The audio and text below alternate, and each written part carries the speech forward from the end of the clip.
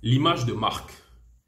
Nous avons commencé une série de vidéos sur cette thématique d'image de marque, de branding, histoire de vous donner des outils pour mieux concevoir ou pour savoir comment concevoir votre image de marque, l'image de marque de votre entreprise, de votre organisation ou votre propre image de marque ou encore votre branding personnel. Et dans cette logique-là, nous avons publié une première vidéo que vous pouvez retrouver dans le lien qui s'affiche ici, dans laquelle il était question de vous donner d'abord les bases, de faire une petite introduction en vous donnant des bases et quelques éléments du jargon qui va être utilisé durant cette vidéo, durant le développement ou les prochaines vidéos sur cette thématique-là. Donc aujourd'hui, nous allons un peu plus parler de ce que c'est que la conception et la création d'une image de marque. Bonjour à tous, bonjour à toutes, j'espère que vous allez bien, moi je vais super bien. On se retrouve une fois de plus sur cette chaîne, la chaîne sur laquelle nous découvrons le digital et surtout la chaîne sur laquelle nous expliquons les choses du digital en des termes très simples, en des termes accessibles à tous. Je vais dans un premier temps vous inviter à vous abonner à la chaîne si vous n'êtes pas encore abonné pour pouvoir découvrir avec nous le digital et toutes ses opportunités. Et aussi, n'oubliez pas de cliquer sur le bouton de notification pour être informé chaque fois que nous allons publier une nouvelle vidéo. N'oubliez pas de nous donner des j'aime, de liker cette vidéo, de la partager, de commenter si vous avez des questions. Nous allons faire des efforts pour y répondre dans des brefs délais. Je suis Ada Mbita Ariel Nathan, Digital Project Manager, et aujourd'hui, je vais vous entretenir sur la création et la conception de l'image de marque. Nous allons nous retrouver tout de suite après la petite introduction pour rentrer dans le vif du sujet. À tout de suite.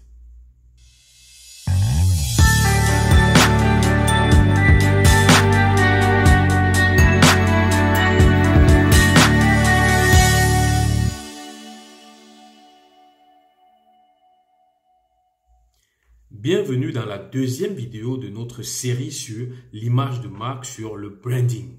Aujourd'hui, nous allons découvrir les secrets qui se cachent derrière la création d'une image de marque mémorable. Vous souvenez-vous du logo de Nike ou encore de Apple? Mais selon vous, qu'est-ce qui rend ces designs aussi spéciaux? Commençons par le logo. Un logo, c'est le visage de votre marque. C'est la première chose que les gens voient de votre entreprise. De ce fait, il doit être unique, reconnaissable et il doit refléter la personnalité de la marque. Il faut faire attention.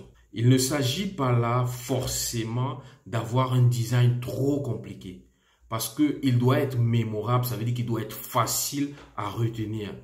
Plus il sera compliqué avec des formes compliquées, plus il sera difficile à retenir. Donc, il faut faire attention lorsque vous allez concevoir votre logo.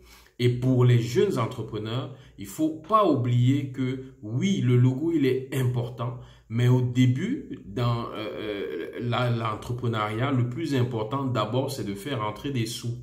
Ça veut dire que nous aussi, on a eu à faire ce genre d'erreur où on maximise, on prend énormément de temps sur la conception du logo alors que les sous ne rentrent pas encore dans l'entreprise. Donc, à ce niveau-là, au début, la priorité peut ne pas être forcément d'avoir un logo super designé, etc. Mais plus tard, lorsqu'il va falloir bâtir, il va falloir travailler sur l'image de marque, le logo va prendre le travail sur le logo, le design, la création de ce logo va devoir se faire avec un peu plus d'attention, avec un peu plus d'expertise, afin que celui-ci puisse effectivement renvoyer l'image que l'entreprise souhaite renvoyer, que celui-ci puisse transmettre les valeurs que l'entreprise prône, les valeurs auxquelles l'entreprise s'identifie et que les clients sont censés retrouver dans cette entreprise-là. Donc, comme on l'a dit tout à l'heure, le logo, il est la première chose que l'on va voir et au travers de ce logo, on peut déjà se faire une idée de votre entreprise, une idée de votre marque ou une idée de votre personne. Maintenant, parlons un peu des couleurs. Le choix des couleurs dans la conception du logo, dans la conception de l'identité visuelle de votre marque n'est pas anodin, ça ne se fait pas au hasard. Au début, vous pouvez le faire au hasard parce que votre entreprise est au début, vous n'avez pas beaucoup de ressources, vous n'avez peut-être pas beaucoup de temps, vous êtes dans l'urgence de la productivité, l'urgence de faire rentrer des fonds, ça peut se comprendre. Mais à un certain moment, lorsque vous allez vouloir challenger des grandes entreprises, vous allez vouloir impacter réellement, il va vous falloir retravailler votre branding, de retravailler votre identité visuelle, et ceci passe notamment par le choix des couleurs. Si on prend un tout petit exemple, vous allez vous rendre compte que une grande entreprise de la place que nous connaissons tous, MTN, pour ne pas la citer, a changé récemment les couleurs de son identité visuelle. Et ceci n'est pas anodin, c'est fonction éventuellement des nouvelles valeurs que l'entreprise veut transmettre. Donc, le choix des couleurs n'est pas anodin, ça ne se fait pas au hasard. Chaque couleur évoque une émotion. Chaque couleur, le cerveau réagit devant les couleurs de façon différente.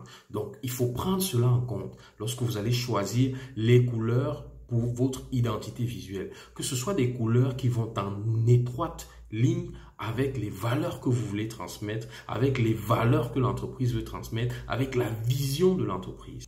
À titre d'exemple, le bleu, par exemple, évoque la confiance. Le rouge, quant à lui, évoque la passion. Le violet, c'est la créativité, c'est l'innovation. Le noir, c'est le chic, c'est le glamour, etc., etc. On pourrait en citer plusieurs.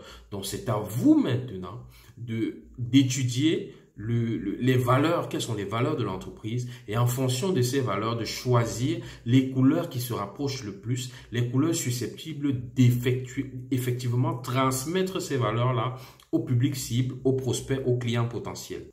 Car en choisissant les bonnes couleurs, vous donnez le ton à votre marque. N'oubliez donc pas que le choix des couleurs est important. Et maintenant, qu'en est-il de la typographie? Est-ce que vous avez même bien entendu parler de la typographie? C'est quoi la typographie dans votre conception d'image de marque, dans votre branding? C'est quoi la typographie? Eh bien, la typographie, c'est tout simplement le style d'écriture que vous allez utiliser ou encore la police que vous allez utiliser. Il est souvent recommandé d'avoir une ou deux polices que l'on utilise dans la majorité des documents et qui vont participer éventuellement à transmettre l'image de marque que vous souhaitez transmettre, les valeurs que vous souhaitez transmettre. On va par exemple vous dire que si vous êtes une entreprise qui se veut écologique, il est important d'utiliser des polices qui ne nécessitent pas trop d'encre lors de l'impression, comme notamment la police Century Gothic Regular, qui permet de faire des économies au niveau de l'impression. Dans ça, c'est des valeurs qui vont se refléter au travers de l'usage que vous allez faire de cette police-là. Donc, c'est important aussi de choisir des polices. Il est bon d'en avoir 2 ou 3 maximum, pas au-delà, en essayant d'inclure toujours dans la police que vous utilisez une police qui se retrouve un peu partout, parce que si vous voulez réaliser des impressions et que vous avez une police qui est compliqué, qui est difficile à trouver, la personne chez qui vous allez vouloir réaliser des impressions peut avoir des difficultés à trouver cette police-là. Si en plus c'est une police qui est commerciale et qu'il ne l'a pas dans sa machine, ça va demander beaucoup de tractation pour qu'il puisse l'avoir. Il faudrait que vous marchiez toujours avec une clé USB de votre police pour que la personne ou l'imprimeur chez qui vous souhaitez imprimer puisse installer la police avant d'imprimer vos documents si ceux-ci ne sont pas au format par exemple PDF. Donc il est bon d'avoir une police qui est assez commune et puis d'avoir une police un peu plus stylée, un peu plus vous voyez un peu quoi. Donc vous allez prendre conseil auprès de vos graphistes et ils vont vous orienter en fonction des valeurs de l'entreprise, en fonction de l'image que l'entreprise veut renvoyer, en fonction de la stratégie que l'entreprise a mise en place. Donc, c'est un peu ça. Tout comme les couleurs, le choix de la police raconte une histoire sur votre marque. Mais attendez, il y a plus. Pensez à tous les éléments qui vont porter votre marque. Il s'agit là des différents éléments différents outils de communication et tous les éléments qui participent au rayonnement de votre image de marque. Les éléments tels que les éléments d'identité visuelle, tous ces éléments-là doivent être cohérents. C'est ce que nous appelons les éléments de branding. Et chaque élément compte. Du design de votre carte de visite à l'entête de votre site internet, en passant par l'habillage de vos pages sur les réseaux sociaux. Tout cela est important. Et pour que là, il y ait une certaine cohérence dans tous ces éléments, dans tous ces outils de communication, dans tous ces différents canaux par lesquels vous allez passer, il faudrait que vous ayez un document de charte graphique qui a été conçu et pensé en étroite ligne avec l'image de marque, avec les valeurs de l'entreprise, avec la stratégie de l'entreprise. Parce qu'il faut une cohérence générale pour bâtir une image de marque forte. Si sur Facebook, vous adoptez un style, sur Instagram, un style diamétralement opposé, sur TikTok, un autre style, etc., vous n'aurez pas cette cohérence qui va permettre de fortifier, de bâtir votre image de marque pour que celle-ci s'installe dans la tête des utilisateurs, des prospects, des futurs clients et même des clients. Logo, couleur, typographie, etc. Alors, comment tout ça s'articule? En fait, la création d'une image de marque, c'est comme assembler un puzzle. Et c'est la capacité de chaque pièce de s'harmoniser avec les autres qui donne à la fin du puzzle une image cohérente, une image belle, une image qui permet de satisfaire les objectifs que vous avez définis au départ.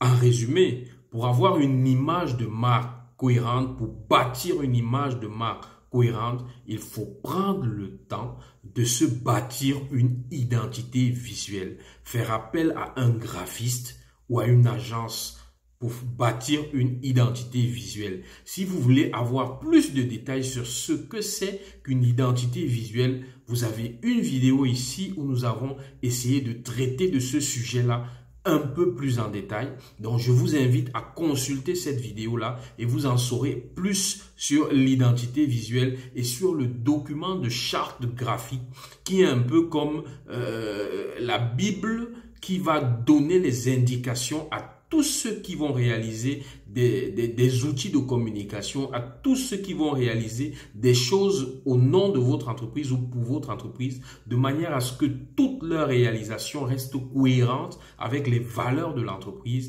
avec l'image de marque que l'entreprise souhaite bâtir. Parvenu au terme de cette vidéo, il était question ici de parler un peu de création et de conception d'images de marque. Dans une prochaine vidéo, nous allons aborder un autre sujet, donc je vous invite à rester connecté et à suivre cette chaîne. N'oubliez pas de liker, de partager et de commenter cette vidéo si vous avez des questions ou des préoccupations. Nous allons y répondre dans des brefs délais. Je vous remercie une fois de plus pour votre attention et je vous donne rendez-vous dans une prochaine vidéo. On se dit à la prochaine. Bye bye.